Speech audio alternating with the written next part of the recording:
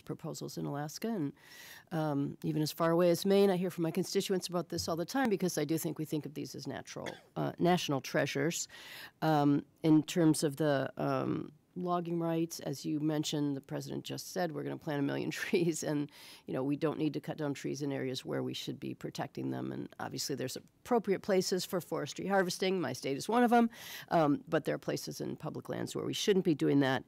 And I am particularly disturbed about the leasing of oil and gas opportunities, particularly when we're not paid the full value. But even more importantly, I think as solar and wind and renewable resources become even more affordable, the fact that we're not investing in that, yet we are encouraging and supporting and subsidizing oil and gas leases is ridiculous at this moment in time when we have bigger concerns to think about.